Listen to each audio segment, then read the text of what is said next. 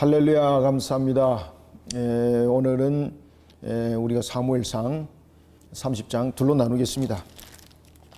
물론 한 시간 안에 다 볼 수도 있는데 조금 쉼을 가지면서 가겠습니다. 오늘은 1절부터 15절까지의 내용을 봅니다. 자, 우리가 이제 그 사무엘서를 이제 보면은 신앙에 대해서 제일 먼저 이제 노크를 하게 되죠, 그죠? 신앙에 대해서 노크를 할 때에 특히 이제 사무엘서는 보면은 두 명으로서 그 노크가 신앙이 시작됩니다. 하나는 사무엘의 어머니였던 한나를 통해서, 그리고 또 한 사람 누굽니까? 엘리를 통해서 이 부분들이 나중에 통일점은 사무엘로 넘어가게 되는 거죠. 사무엘로. 물론 이제 그 한나가 사무엘이고 엘리에게는 홈리와 비느하스가 있습니다, 그죠? 그러나 이 두 아들이 하나님께 불의함을 일으킴으로써 그들은 심판을 맞이하게 되었고, 그것은 결국은 사망에 이르는 부분들이 내용들을 전개되면서 제사장이 사무엘을 중심으로 일어납니다.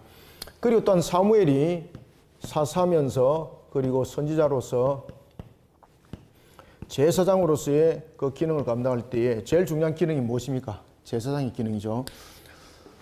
특히 이제 제사장의 기능이라는 것은 우리가 이제 그리스도의 세 직분에 대해서도 이제 왕과 선지자와 제사장의 그 세 직분에 대해서 우리가 그 이야기를 하지 않습니까? 그 중에서 특히 이제 1세기부터 3세기 속에서 이 그리스도의 기름 부음 받은 자에 대한 부분의 직분을 이야기를 할 때에 제일 강조된 직분이 어디겠습니까? 제사장 직분입니다. 그것은 이제 그 당시의 상황과도 굉장히 많이 연관이 됩니다. 1세기부터 이제 3세기 속에 이제 일어났던 상황들은 보면은 핍박도 매우 확연했고, 그리고 또한 그 말씀에 대한 문제점들이 많이 일어났잖아요. 그래서 이제 그 제사장의 기능을 그 당시는 제사장은 하나님께 드리는 제사가 있는가 하면은 또한 이 가르침이 부분도 이 속에 함께 있었습니다. 선지자 부분도 여러분 가르침이 있죠, 그죠? 선지자는 가르침은 하나님의 입장에서 가르침이고, 제사장의 모습 속에서는 가르침은 하나의 사람들을 가르쳐 나간 부분에 있어서 제의법에 관한 부분들을 가르치는 것을 봅니다. 그런 측면에서는 좀 가르침은 다르지만은 이런 측면에서 고대 부분의 제사장의 직분을 선지자 직분과 함께 묶어서 크게 이것을 제사장 안에서 내용들을 전개했습니다. 그래서 1세기부터 3세기는 새 직분 기름 부음을 받은 자 가운데서 제사장 직분이 굉장히 중요하게 다뤄지고 또 집중적으로 다뤄집니다. 또 하나는 제사장의 직분은 하나의 헌신, 그런가 하면은 또한 값이 있는 거죠, 그죠? 우리가 하나님 앞에 나갈 수 있는 것은 선지자 입장으로서 나갈 수 없는 거잖아요. 왕 입장으로서 나갈 수 없는 거거든요. 오직 하나 제사장의 직분으로서 자신을 하나님께 예물로 드림으로써 나갈 수 있는 부분들이었기 때문에 제사장의 직분들이 굉장히 많이 강조되어졌던 것을 우리가 볼 수가 있습니다. 자, 이런 부분에서 이제 그 사무엘이 하나의 전체적인 부분들을 이끌어 가다가 나중에 이제 제사장 제도 부분들을 이제 더욱더 강화를 시키고 선지자 직분을 강화시키는, 그러니까 이 제사장 직분이 두 개를 방금 제가 말씀드렸던 것처럼 두 개를 묶어가는 부분들이 생겨나기 시작하는 겁니다. 그 출발점들이 사무엘에서부터라고 이렇게 보시면 되겠습니다. 하나님께서 이스라엘 백성들의 그 소원을 들어주게 되는 거죠. 들어주게 되면서 왕정제도가 이때부터 이제 생기게 되는 겁니다. 왕정제도. 이 왕정제도가 세워지면서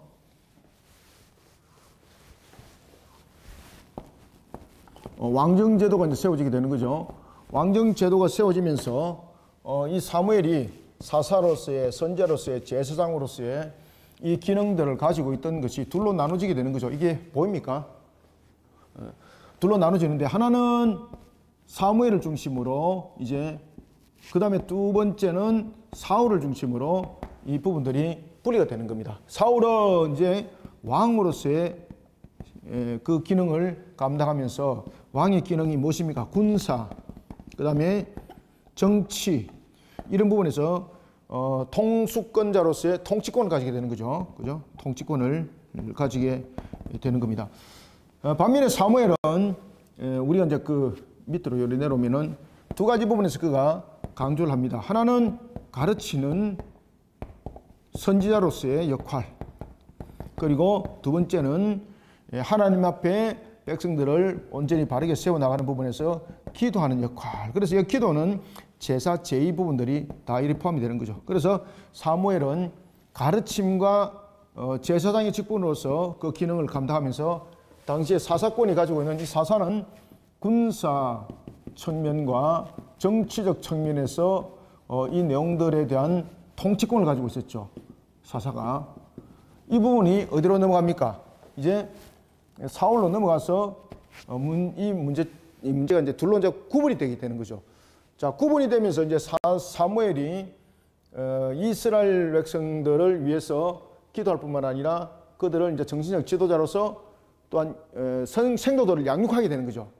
그러면서 이제 성도들을 양육하면서 그가 한 장소를 선지 학교로 세우게 되는 겁니다. 선지 학교. 근데 그 장소가 어디였습니까? 나요. 그죠? 남아의 나요를 세우죠. 그죠? 나요. 여기서 이제 그 선지 학교를 세워서 사명들을 감당하게 되는 겁니다. 그래서 우리가 이제 여기서 보면은 굉장히 사무엘이 역사 속에서 굉장히 중요한 부분들의 일들을 행해왔습니다. 유일하게 사사와 선지자와 제사장의 직분을 감당했던 성경에서 최초이자 마지막 인물.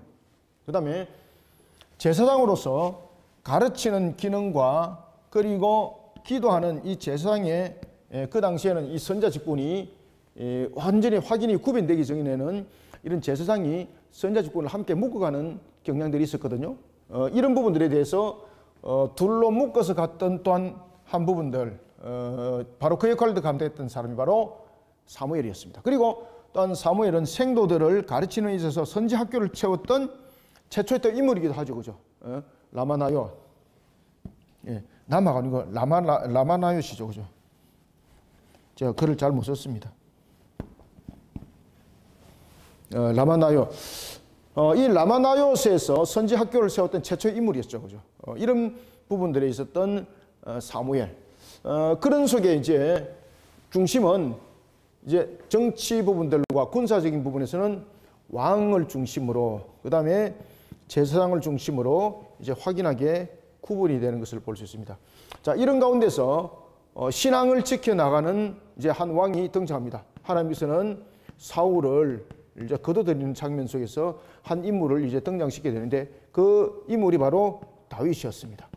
자, 오늘 본문에 보면은 이제 30장에서는 보면은 다윗과 사울에 대한 부분들에 대해서 이제 현격한 구별을, 그리고 또한 마지막 전투 속에서 31장에서 보면은 그 마지막 블레셋과 전투 속에서, 길보아 전투 속에서 사울이 결국 죽임을 당하지 않습니까?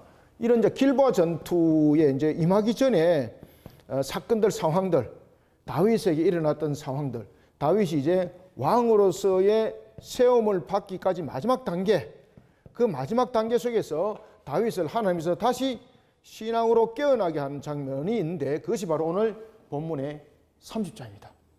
아시겠죠? 전체적으로 지금 사무엘서 지금 공부해온 것을 전부 다 한번 다 대접해 봤습니다. 전체적인 부분들에서 큰 그 사건을 중심으로, 그 다음에 이제 사무엘서 전체적인 그 핵심적인 내용들을, 테마를 중심으로 이 부분들은 뭐 한 10분 정도 더 하면 뭐 사무엘상 전체 31장 다 설명을 할 수 있지만은 이런 부분들을 큰 주제를 가지고 사무엘서를 잘 이렇게 흘러서 진행해 오셔야 됩니다. 그러면서 오늘 이제 30장에 보면은 다윗이 큰 공격에 빠지는 일이 생기게 됩니다. 다윗은 여러분들이 잘 아시는 것처럼 그가 선택을 해서는 안 되는 세 번의 망명을 그는 합니다. 첫 번째 망명은 지금 자신이 이제 살고 있는 블레셋에 첫 번째 망명을 하게 되는 거죠. 첫 번째 망명을 또 있으나 아기스 왕에게 망명했다가 자신이 이제 생명이 위험을 받게 되고 그때 하나님께서 그를 그 미친 사람처럼 이렇게 만들어서 위기를 모면하게 되었죠. 그 다음에 두 번째는 그가 이방인의 땅에 갔다가 선자의 그 말을 듣고 다시 돌아오게 되는 장면. 그 다음에 이제 세 번째 망명이 바로 오늘 본문의 이 내용입니다. 이 망명은 시간도 제법 길었습니다. 우리가 이제 그 지난주에도 우리가 이제 공부해 왔습니다만은 29장에도 보면은 그가 여러 부분에 대해서 하나의 자신의 입장을 아기스에게 내세우기 위해서 조공도 바치고 그리고 마치 아기스의 충신된 종인 것처럼 또 위장도 하게 되는 일들이 있죠. 그러면서 그가 블레셋 사람들 손에 자신의 보호처를 삼고 블레셋 사람들의 손을 빌려서 사울로부터 자신을 지켜나갑니다. 그때에 자신을 따랐던 세력이 약 한 600명의 군사가 있었고 그 가족들도 있었습니다. 그러면 약 한 2,500에서 한 3,000명 정도의 무리들이 있었다고 볼 수가 있는 거죠. 자, 그런 속에 그들이 갈 수 있는 장소는 그렇게 많지는 않았습니다. 그러다 보니 사울로부터 자신들을 지키기 위해서는 방어막을 형성할 수 있는 곳은 결국 블레셋이라 생각했고, 그리고 그곳에서 그들이 망명 생활을 해왔던 것을 우리가 볼 수가 있습니다. 이런 이제 망명 생활 속에서 심심찮게 일들이 이제 터져 나가는 것을 봅니다.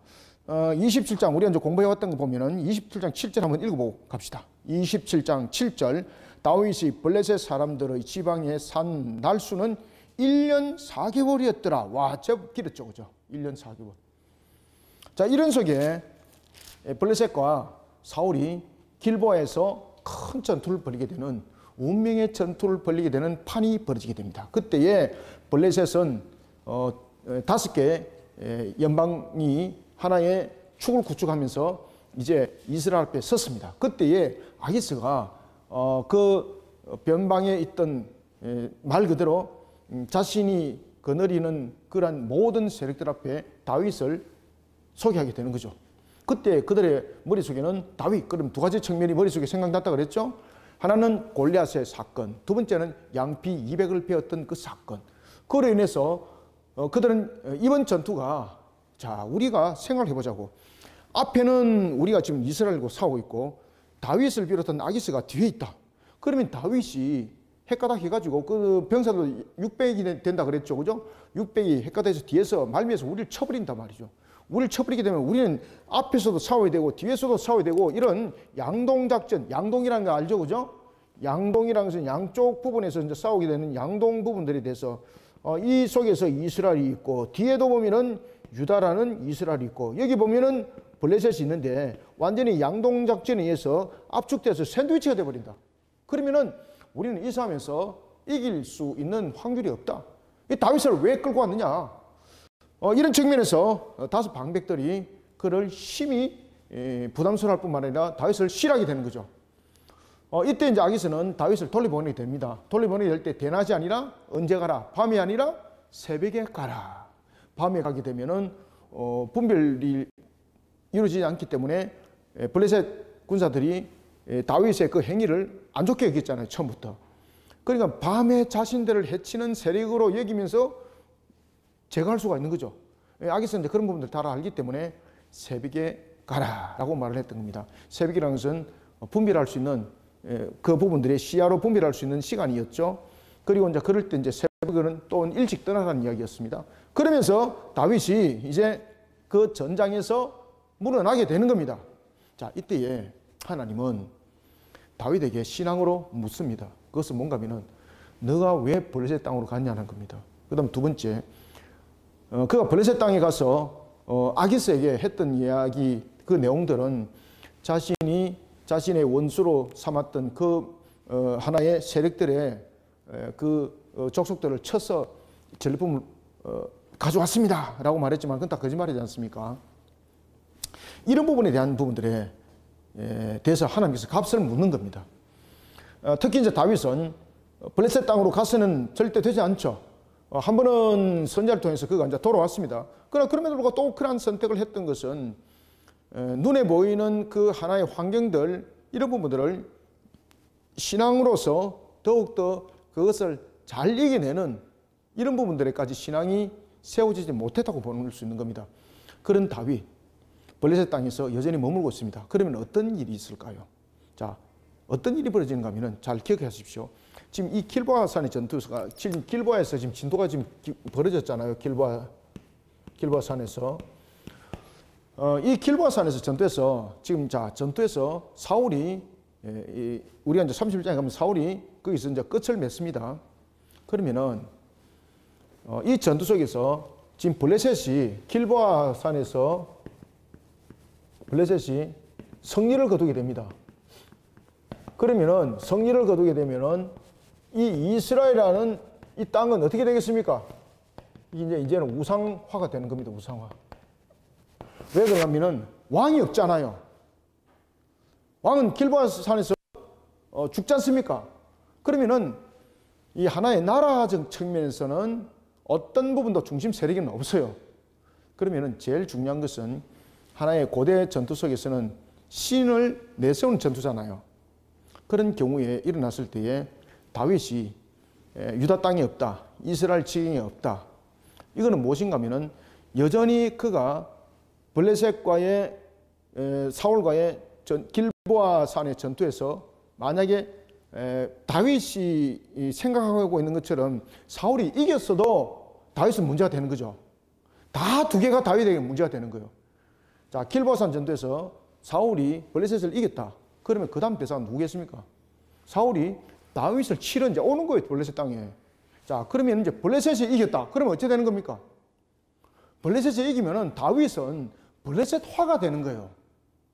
그러면 이스라엘이라는 지경은 전부 다 없어지는 거예요. 그러면은 다윗의 입장에서는 A도 B도 이 전투 속에서 성립되면 안 되는 거예요. 지금 현재 위치에서는. 그것을 누가 알겠습니까? 하나님이 잘 알고 계시는 거죠. 그런데 다윗은 이것을 여전히 못 깨닫습니다.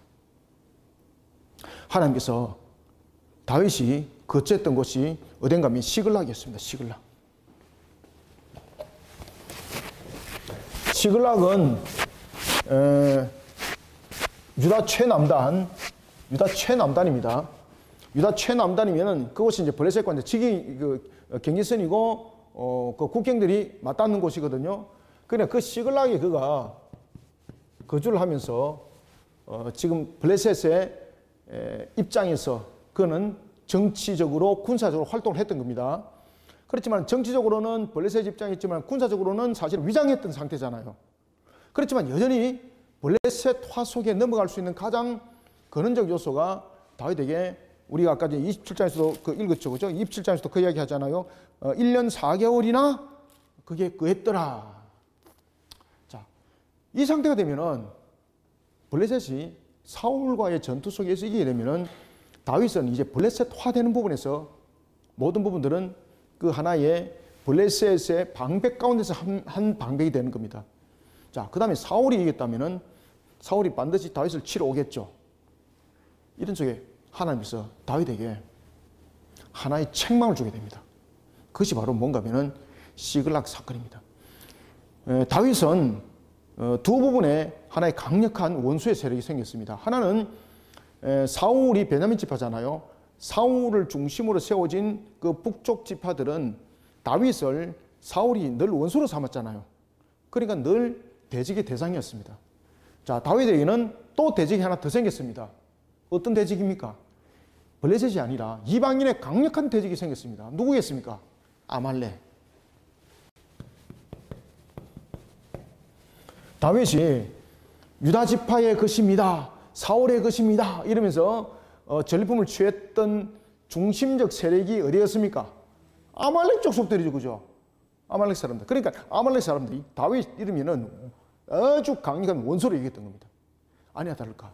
다윗이 지금 길보아산 전투 속에 임하기 위해서 600명들이 참 이게 여러분 아이러니한 것은 생각해 보십시오. 이 다윗도 굉장히 전략이 뛰어난 전략가거든요. 그러면은 자신이 그곳을 떠나게 되면은 자신이 있는 그 성읍은 연약해질 수밖에 없고 여자와 늙은이와 그리고 어린아이들만 있다 그랬거든요. 그럼 방어막이 형성이 안 되잖아요. 그럼 누구든지 군사들이 와서 칠 수 있다는 이야기거든요. 그죠? 특히 아말렉은 늘 자신이 염두에 둬야 되잖아요. 그런데 그곳에 군사들을 두지 않았습니다. 군사들을 총력을 일으켜서 지금 아기스와 함께 길보아산 전투에서 임하는 그 전력으로 600명이 다 빠져나간 겁니다. 하나님께서 징계 회초를 여기서 때리는 겁니다. 아말렉을 일으키는 겁니다. 지금 다윗의 모습은 첫 번째 불신앙의 모습이에요. 두 번째 하나님을 전적으로 의지하지 못하는 모습이죠. 불신앙적 모습 속에서는 그가 하나님께서 그를 통해서 약속하셨던 그 언약의 내용들, 심지어 지금 두 사람을 통해서 이미 확정까지 해줬지 않습니까? 하나는 요나단, 그죠? 기억나죠? 하나님께서 그를 왕으로, 이스라엘의 왕으로 세웠다는 부분에서 요나단. 그 다음에 또 한 인물은 누굽니까? 사울의 입을 통해서, 두 사람의 입을 통해서 다 이스라엘의 왕은 누구라는 것을 증거했습니까? 다윗이라는 것을 그는 이 두 사람의 입을 통해서도 들었지 않습니까? 그런 그가 여전히 지금 어디에 있습니까? 블레셋 땅에 시글락에 있습니다. 블레셋에 있는 시글락에 있습니다.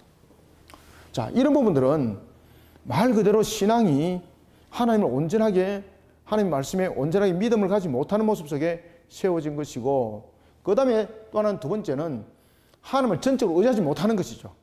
지금 그가 블레셋에 갔다는 것은 하나님의 도우심이 아니라 누구의 도움을 구하는 겁니까? 자, 여기서 블레셋의 도움을 구하잖아요. 제가 앞에도 이제 계속해서 이제 동일한 이야기를, 반복적인 이야기를 지금 계속해 왔죠. 그것은 뭔가 하면은 고대 사회 속에서는 전투와 그 다음에 그 지역에 대해서는 항상 그 나라, 그 민족, 그 지역의 신이 다스린다는 이런 중심적 내용들이 있었죠. 그죠? 그럼 그가 지금 시글락, 다시 말하면 블레셋 땅에 그가 거주한다는 것은 어떤 의미가 주어지는가 하면은 블레셋을 다스리는 신이, 아시겠습니까? 시글락을 다스리는 신이 자신들을 지킨다, 이렇게 보는 겁니다. 왜? 블레셋이 자신들을 지키는 거거든요. 블레셋이 자신들을 지킨다는 것은 블레셋을 지키는 신이, 블레셋을 도와주는 신이 블레셋을 도우는 것이거든요. 이런 블레셋이 자신들을 도와주는 거잖아요. 그러면 다시 말하면 블레셋을 도와주는 신이 자신들을 지킨다, 이런 관점이 생기는 겁니다. 이게 신앙이 잘못된 거죠. 그래서 하나님께서는 그가 시글락 땅에 있는 것이 망명이 잘못됐다는 것이 아니라 이 망명을 했던 것이 큰 두 가지의 신앙의 격기를 가기 때문에 하나님께서 회초리를 딱 들은 거예요. 지금 이해되셨죠? 여기 중요한 포인트입니다. 그래서 하나님께서 회초리를 딱 들어서 아말렉을 하여금 어딜 치게 만듭니까? 시글락을 치게 만들 때에, 자, 하나님 방법이 시글락을 통해서 이스라엘의 세력을 무너뜨리는 겁니까? 아니면은 다윗의 그 신앙을 바르게 세우는 역할입니까? 바르게 세우는 역할이죠. 자, 그러면은 시글락에 여기서 보면은 어린아이들이 있었고, 어린아이들이 있었고, 그 다음에 노인들이 있었고, 여자들이 있었단 말이죠. 말 그대로 군사가 아니잖아요. 속된 말로 말하면 이 사람들 전부 다 무기력하잖아요. 무기력. 그런데 아말렉이 쳐버리면 어떻게 되는 겁니까? 이건 학살이거든요. 학살. 그러면 하나님께서 이런 부분들을 사용할 때에 어린아이들을 죽게 만들고, 노인을 죽게 만들고, 여자를 죽게 만들고, 아말렉을 통해서 학살을 시켰다. 이건 하나님 속성이 안 맞아요. 그리고 하나님께서 다윗을 신앙으로 바르게 세우는 측면에서도 이 내용들은 안 맞는 거예요. 그래서 오늘 본문에 보면 굉장히 재밌는 내용이 등장합니다. 그것은 뭔가 하면은 아말렉이 보통 족속들이 아니거든요. 대체로 이제 그 여러분들이 잘 아시는 것처럼 그 이방 족속들의 특징들이 뭔가 하면 전부 다 잔악성을 가지고 있습니다. 특히 이제 신에 대한 문제점들을 가지고 있기 때문에 자신들의 신이 그 신을 이겼다는 측면에서 그 상대를 용납하지 아니하는, 대체로 이 전쟁이 일어나면 학살이 중심이거든요. 아말렉 족속, 강력한 족속이 맞습니다. 거기다가 다윗과 원한 관계 있습니다. 그러면은 시글락을 치게 되면은 이들을 아말렉 입장에서 어떻게 할까요? 다 죽여버립니다. 다 죽여버립니다. 끌고 가지 않습니다. 근데 오늘 본문에 보면은 아말렉이 시글락을 칩니다. 시글락을 칠 때 놀라운 것은 이들을 전부 다 사로잡아 갑니다. 한 명도 죽지 않습니다. 이거는 일반적 전투 속에서 있을 수 없는 내용들입니다. 다만 하나, 첫 번째는 사로잡아 가고, 두 번째는 거기에 있는 전부를 불태워버립니다. 거기에 있는 재산들은 어떻게 한다? 불태웁니다. 다윗이 600명과 함께 돌아왔습니다. 와, 시글락이 딱 왔는데 어떤 상태가 벌어졌습니까? 집들은 전부 다 불타가 있습니다. 처자들은, 부모들은 어떻게 되는지 모르는 겁니다. 그때에 600명이 다윗에게 어떻게 반응했을까요?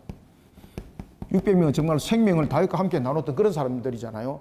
이 600명이 다윗을 돌로 쳐 죽이려고 합니다. 그 정도로 분노했다는 겁니다. 그때에 다윗은 얼마나 황당하고 그도 두려웠겠습니까? 자신의 두 아내가, 그리고 자신의 자녀 또한 전부 다 사로잡힌 상태로 다 가버렸다는 거죠. 죽은 산지도 모른다는 거죠. 그런 다윗, 오늘 본문에 보면 용기를 얻습니다. 위기를 극복합니다. 어떻게 극복했을까요? 하나님 앞에 힘을 얻습니다. 기도합니다. 그러면서 자신의 지금까지 잘못했던 부분들을 돌이켜봅니다. 그리고 하나님께 기도합니다. 하나님 어찌하리까? 우리가 저 아말렉을 치리까? 어찌하리까? 따라가야 됩니까? 어떻게 됩니까? 하나님 앞에 기도합니다. 구합니다. 그때 하나님께서 그에게 힘을 주고 용기를 내게 합니다. 그리고 그들을 따라가도록 합니다. 이때에 다윗이 신앙 가운데 다시 회복되는 것을 장면이 등장하는데 그것이 바로 에봇 사건입니다. 에봇을 가져오라. 이게 다윗의 신앙의 회복을 말하고 있습니다. 1년 4개월. 짧으면 짧다, 길면 긴 시간인데 그 기간이 중요한 것이 아니라 그는 이미 블레셋이 다스리고 있는 신의 체계 속에 들어와 있던 상태였거든요. 블레셋이라는 그 상태 속에서 그 블레셋에 다스리는 신의 체계 속에서 들어온 것이 바로 이 시글락입니다. 시글락. 그런데 이 시글락에서 이제 무엇을 찾습니까? 자, 에봇을 찾는 거예요. 에봇. 여기서 에봇을 찾는 것은 뭔가 하면은 신앙의 회복을 말하고 있습니다. 신앙의 회복. 신앙의 회복. 시글락이라는 것은 블레셋의 신에 의해서 다스림 받는 그런 부분들이 이 속에 성립이 됐다면은 이제는 이런 다스림이 아니라 여호와를 향한 신앙으로 우리의 모습들이 온전히 바로 세워지고 하나님께 묻는 겁니다. 어떤 누구에도 묻지 않습니다. 그때 하나님께서 다윗에게 길을 조명해주고 그리고 다윗은 그 후미들을 추적하기 시작합니다. 근데 어디를 가는지 모르잖아요. 하나님께서 그 길을 안내해줍니다. 그러면서 그가 한 장소에서 그 당시에 이 아말렉 군사들이 아말렉 세력들이 굉장히 세력이 강력했거든요. 그러면서 이제 애굽 같은 경우 변방을 칩니다. 애굽의 변방을 치면서 그들을 사로잡아서 종으로 삼았고 그러한 종 중에서 질병이 걸렸던 종이 있었습니다. 그 종을 같이 함께 데려갈 수는 없는 거잖아요. 그래서 그 종을 살면은 살고 버려버리는 겁니다. 그 종이 사흘을 굶었다. 그 죽은 시체 상태에 있는 겁니다. 그런 그를 물을 먹이고 음식을 먹여서 기력을 회복시킵니다. 그리고 그에게 묻습니다. 너는 어디서 왔느냐? 무엇을 하기 위해서 이곳에 있느냐? 라고 말합니다. 그는 바로 시글락의 아말렉과 함께 침공하였던 애굽 사람으로서 시글락의 그 하나의 다스렸던 그 지휘관들의 종이었습니다. 그러면서 그가 이야기를 하는 겁니다. 만약에 당신이 나를 살려주든지 아니면은 나를 내 주인에게 넘겨주지 않는다면은 그들이 어디로 갔는지 내가 상세하게 말을 하겠습니다. 자, 이것이 오늘 1장부터 1절부터 15절까지 내용이고 전체적으로 진행되는 과정은 또 다음 주는 16절부터는 그 아말렉을 전부 다 치고 난 뒤에 온 가족들이 단 한 명도 상함을 입지 않고 어떤 재산도 어떤 재물도 여러 가지 부분에서 훼손당하지 아니하고 오히려 절품을 더 많이 취하면서 그가 하나님 앞에 기도하고 신앙이 회복됨으로 다시 이스라엘 지경으로 이동하는 내용들이 전개되어지고 있습니다. 자, 우리가 30장 1절부터 15절을 이제 본문 텍스트를 보면서 진행해 나가도록 하겠습니다. 자, 1절 봅시다. 다윗과 그의 사람들이 사흘 만에 시글락에 이른 때에 아말렉 사람들이 이미 네겝과 시글락을 침노하였는데 그들이 시글락을 쳐서 불사르고. 자, 여러분들 600명이 지금 이동했잖아요. 600명이 이동을 했을 뿐만 아니라 블레셋의 5 연방들이 하나를 뭉쳐서 길보아산의 전투를 펼쳐나갈 때 그 전투는 대단한 전투였습니다. 그러면은 아말렉 족속들은 그들과 함께 하지 않았습니다. 정보 확실하게 알고 있습니다. 그런데 아말렉이 침공을 할 때에 블레셋 사람들의 요소는 절대 안 칩니다. 왜? 그들을 잘못 건드렸다가는 다음에 길보아산 전투가 터지고 난 뒤에 다음에 정리가 누가 되는 겁니까? 자신들이 정리가 될 수 있거든요. 그래서 블레셋 지경에는 전혀 손대지 않습니다. 그런데 이것을 하나의 기회로 삼고 다윗을 치는 기회로 삼습니다. 왜 다윗을 치는 기회로 삼았을까요? 5 방백들이 다윗을 받아들였나요? 안 받아들였나요? 안 받아들였죠. 이런 부분들은 어떤 일정 부분에서 서로 간에 교통이 되는 부분들도 있고 그리고 이 아말렉이라는 부분들은 다윗에 대한 부분들, 다윗과 블레셋에 대한 부분, 관계에 대한 부분들 이미 그 관계들은 흔히 전략적 측면에서 계산이 되어지는 거죠. 그때의 아말렉의 선택은 무엇입니까? 600명이 지금 전투에 나갔다는 정보가 싹 들어왔겠죠. 만약에 600명이 그곳에 있다면 아말렉은 치러 들어오지는 않았을 겁니다. 왜? 그들이 있는 곳에 쳐들어왔다가는 다윗만 치는 것이 아니라 블레셋을 향한 도전이 되거든요. 그러니까 살아남지 못하는 거죠. 그런데 지금 그 길보아산 전투를 앞두고는 다섯 방백이 다윗을 어떻게 했습니까? 다윗을 자신의 원수로 이겼잖아요. 그러면 이런 측면에서 아말렉이 다윗을 칠 수 있는 요건이 생긴 거예요. 그죠? 그래서 치는 거예요. 다윗이 오기 전에 치는 거예요. 한순간에 쳐버립니다. 사흘 만에 시글락이 이런 때 아말렉 사람들이 이미 왔단 말이에요. 이미 네겝과 시글락을 침노했는데 그들이 시글락을 쳐서 불사르고, 자, 여기서 다윗의 인본주의 결정에 대한 하나님의 징계입니다, 이게. 그런데 그 징계는 분명히 값이 있는 거죠. 징계는 분명히 값이 있는데 오늘 본문에 보면은 시글락 땅을 쳤을 때, 아말렉이 쳤을 때에 어린아들과 노인과 여자들이 있었던 거죠. 그런데 이 부분들은 한 명도 죽이지 아니하고 사로잡아갑니다. 그래서 이 사건은 하나의 아말렉이 시글락을 친 사건이 아니라 하나님께서 아말렉을 통해서 다윗을 징계한 사건입니다. 이 사건은. 2절. 거기에 있는 젊거나 늙은 여인들, 그죠? 여자들. 한 사람도 죽지 아니하고 다 사로잡아 끌고 자기 길을 갔더라. 여기서 자기 길을 갔다라는 것은 자기 길은 무슨 의미로서 자기 길이라고 말합니까? 우리가 그 신약 성경도 마찬가지입니다만은 이런 부분들에 대해서 성경은 강조하는 부분들이 있습니다. 여기서 자기의 길이라는 것은 자기 길이 어디 있습니까? 여기서 이제 자기의 길이라고 표현하는 것은 왔던 길로 돌아감,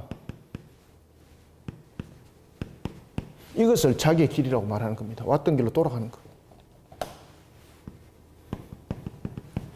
그것을 자기의 길이라고 말하는 겁니다.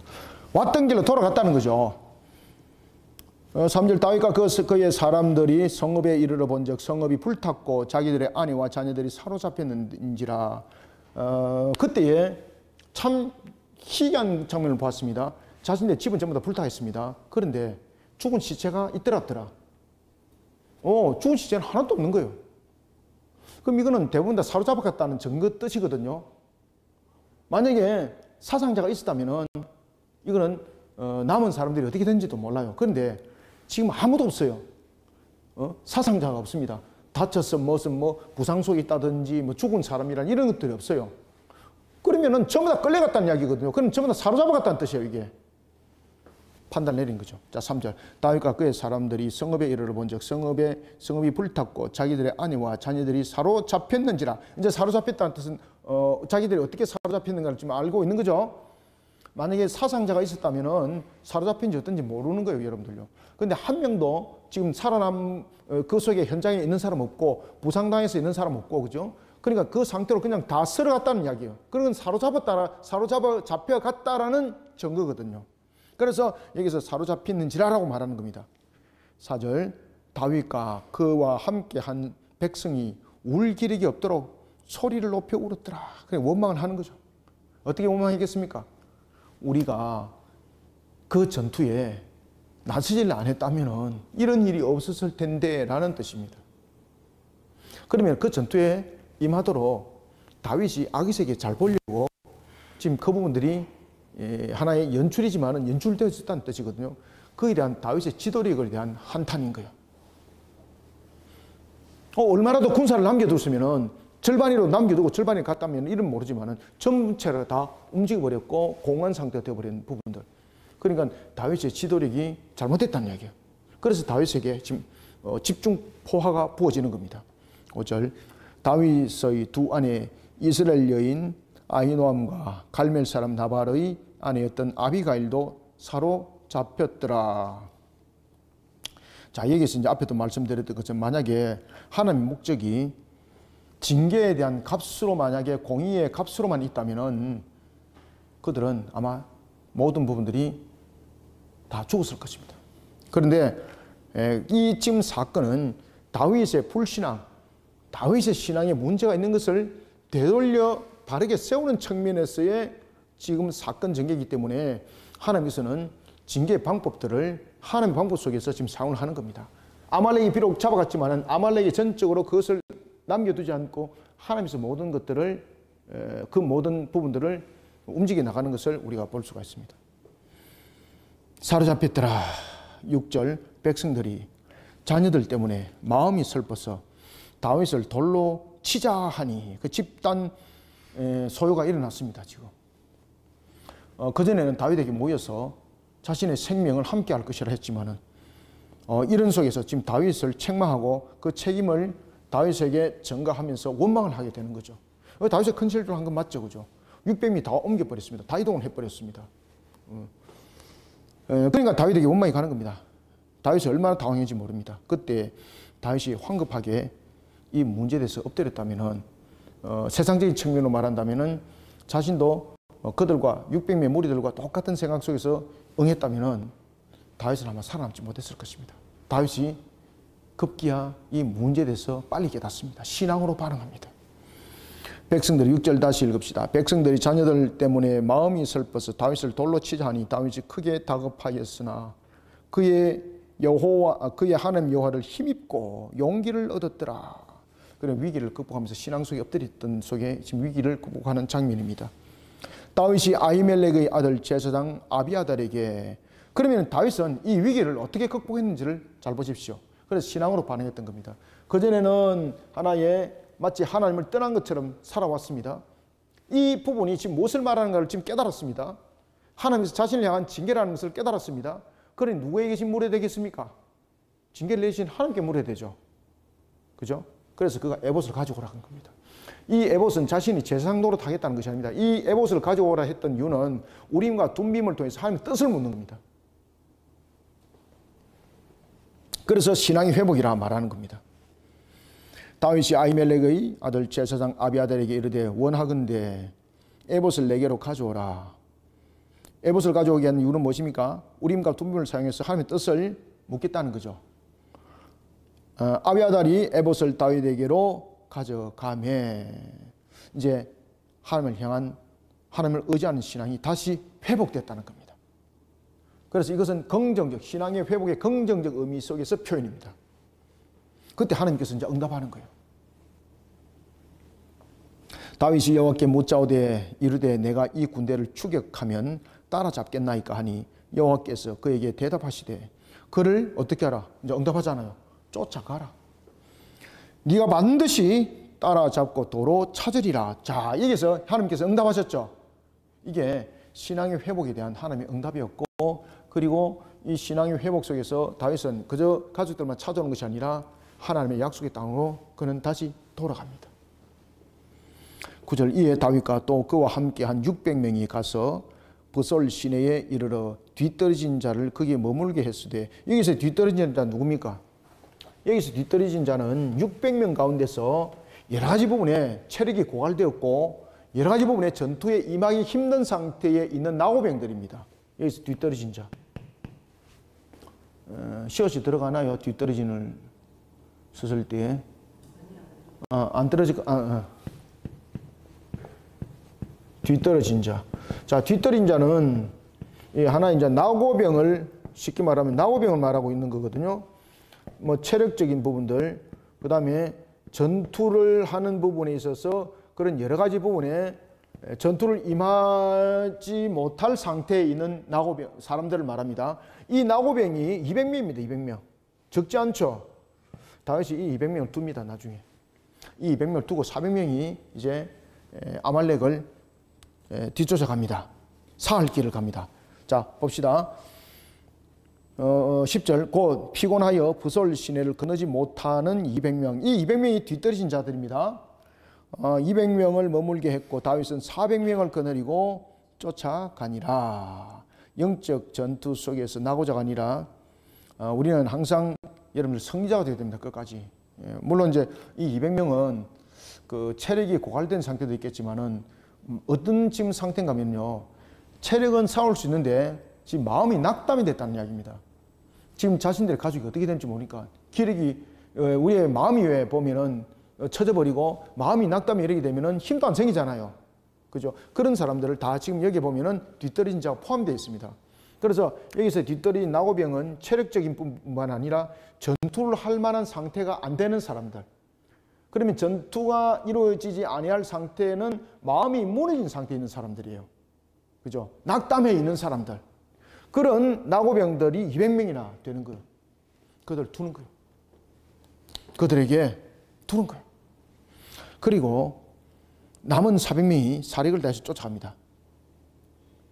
400명을 거느리고 쫓아가니라 11절 무리가 들에서 애굽 사람 하나를 만나 그를 다윗에게 데려다가 떡을 주어 먹게 하며 물을 마시게 하고 아말렉인 주인으로부터 버려진 자들입니다. 특히 이제 그 종들은 부상이 당한다 이러면 치료보다는 살아날 가망이 없으면 어떻게 할까요? 버려버리는 거예요. 그러면서 신의 은총을 바라라. 그리고 먹을 양식 있지 않습니까? 그걸 조금을 주고 가버리는 겁니다. 그가 이런 상태에 되어 있는 것이 상당히 오래됐다는 것입니다. 사흘 동안. 자, 12절. 그에게 무화과 뭉치에서 뗀 덩이 하나와 금포도 2송이를 주었더니 그가 밤낮 사흘 동안 떡도 먹지 못하였고 물도 마시지 못하였음이니라. 그가 먹고 정신을 차리매 다윗이 그에게 이르되 너는 누구에게 속하였으며 어디에서 왔느냐 하니 그가 이르되 나는 애굽 소년이요. 그러니까 뭐 나이가 되게 어리다 이런 게보다는 뭐 젊은 사람들 우리는 소년 뭐 여러 가지 부분들이 있습니다.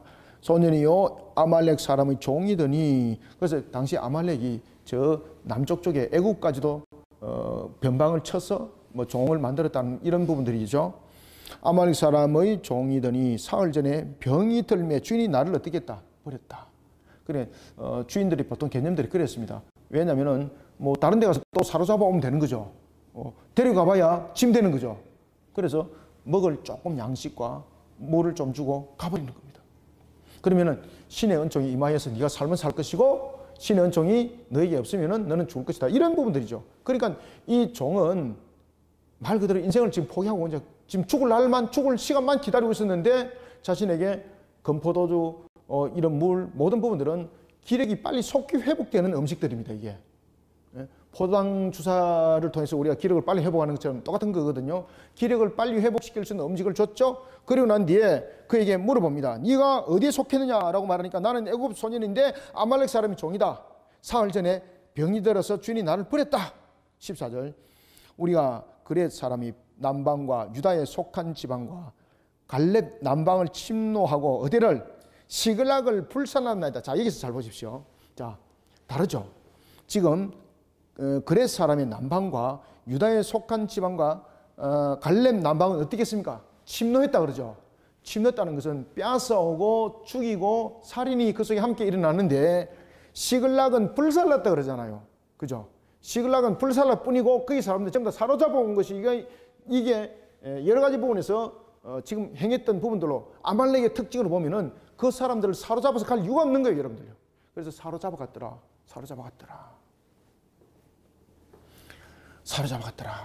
여러분들, 젊은 사람은 사로잡아 갈 수 있는데 늙은 사람은 사로잡을 이유가 뭐가 있습니까? 그죠? 늙은 사람은 사로잡아 가면 짐이잖아. 그죠? 그러나 그럼에도 불구하고 다 사로잡아 갔더라라는 것은 그들이 아말렉이 시글락을 친 것은 시글락을 쳤던 아말렉의 어떤 계획이라기보다는 하나님께서 다윗을 향한 징계였다라는 것을 다시 한 번 더 표현해 주는 거예요. 불살랐나이다. 15절 다윗이 그에게 이르되 네가 나를 그 군대로 인도하겠느냐. 여기서 이제 이 군대라는 것은 어떤 일반적인 어떤 큰 군대가 아니고요. 지금 아말렉의 형태를 좀 잘 보셔야 됩니다. 여기서 이 군대라고 썼던 단어는 정규군에 대한 큰 군대를 말하지 않습니다. 여기서 이제 군대라는 단어를 썼던 이 단어는 한글로서는 이제 똑같은 군대인데 이게 이제 그 히브리어로 이 부분들이 하케투스라는 단어를 딱 썼습니다. 이 단어를 썼던 이유는 뭔가 하면은 이 일반적 군대와 구분되는 겁니다. 자, 하케투드라는 이 군대는 어떤 군대인가 하면은 군대도 보면은 왜 전력적 정면에서 싸우는 군대가 있고 게릴라 전투하는 군대가 있죠. 그죠? 특수부대. 그럼 여기서 하케투드를 통해서 이 군대는 어떤 군대의 형태라는 것을 설명하고 있을까요? 정예 군대 속에서 정면에서 싸우는 군대가 아닙니다. 이 군대는 어떤 군대인가 하면은 게릴라전을 전문으로 하는 전문으로 하는 군대. 그 세력들입니다. 그러면은 이 군대는 하케투드를 통해서 보면은 오히려 정면으로 싸워서 대결을 하는 군대보다도 싸우는 기술이라든지 능력은 더 뛰어나요, 여러분들요. 그죠? 대체로 이제 게릴라전을 하는 부분들은 보면은 전술에도 뛰어나야 되고 또한 이동도 민첩하고 그래 특수부대 형태를 가지고 있는 거죠. 아, 부대 형태가 파악이 된 겁니다. 정예 군대가 되어서 정면으로 싸우는 군대가 아니고 어떤 군대입니까? 주로 게릴라전을 펼쳐서 싸우는 군대다. 그럼 이 군대는 어떻게 싸워야 될까라는 것은 계략이 또 나타나야 되는 거죠. 상대를 알게 되면은 지필치기 하면 백전백승이라고 그러지 않습니까? 나를 알고 상대를 알게 되면은 그 전투, 그 싸움은 백전백승이다 그러잖아요. 이런 속에 그 군대로 인도하겠느냐 하니 그가 이르되 당신이 나를 죽이지도 아니하고 내 주인의 수중에 넘기지도 아니하겠다고 누구의 이름으로? 하나님의 이름으로. 그래서 이 내용들이 전부 다 신앙으로 발전되어지는 것을 다시 한 번 더 애굽의 사람, 아말렉의 종이었던 사람의 입을 통해서 다시 한 번 더 또 증거되고 있습니다. 하나님의 이름으로 내게 명세하소서. 그리하면 내가 당신을 그 군대로 인도하리다 하니라. 아멘. 그러니 결국은 이 전쟁은 하나님의 징계값이었고 어떻게 반응해야 되는 겁니까? 맞습니다. 하나님께서 일으키셨던, 하나님께서 죽였던 그 신앙으로 반응해야 될 전투입니다. 이 소금. 그 속에 답이 있습니다. 자, 오늘은 우리가 여기까지 우리가 공부를 하고 다음 주에는 16절에 이어서 계속해서 내용들을 보도록 하겠습니다. 감사합니다. 수고하셨습니다. 하나님 감사합니다. 주께서 오늘도 우리에게 주시는 은혜의 말씀, 꼴의 양식, 생명의 양식, 신앙으로 반응하라 하였습니다. 때로는 우리가 신앙의 객길로 가기도 합니다. 우리가 신앙의 객길로 가기 전에 항상 하나님 말씀에 조명하는 것이 우리에게 가장 근본이고 우리에게 가장 또한 원인임에도 불구하고 때로는 객길로 갈 때도 우리는 신앙으로 하나님께서 되물어 보고 또한 깨달아 할 때는 다시 한 번 더 신앙으로 반응하는 자들로 자신의 모습들을 세워나가는 자가 복이 있다 했습니다. 오늘도 이 말씀을 우리가 상감한반적에 잘 새기고 각인하고 항상 신앙의 근본이 흔들어지지 아니하여서 이와 같은 시글락의 사건이 일어나지 않게 하여 주옵소서.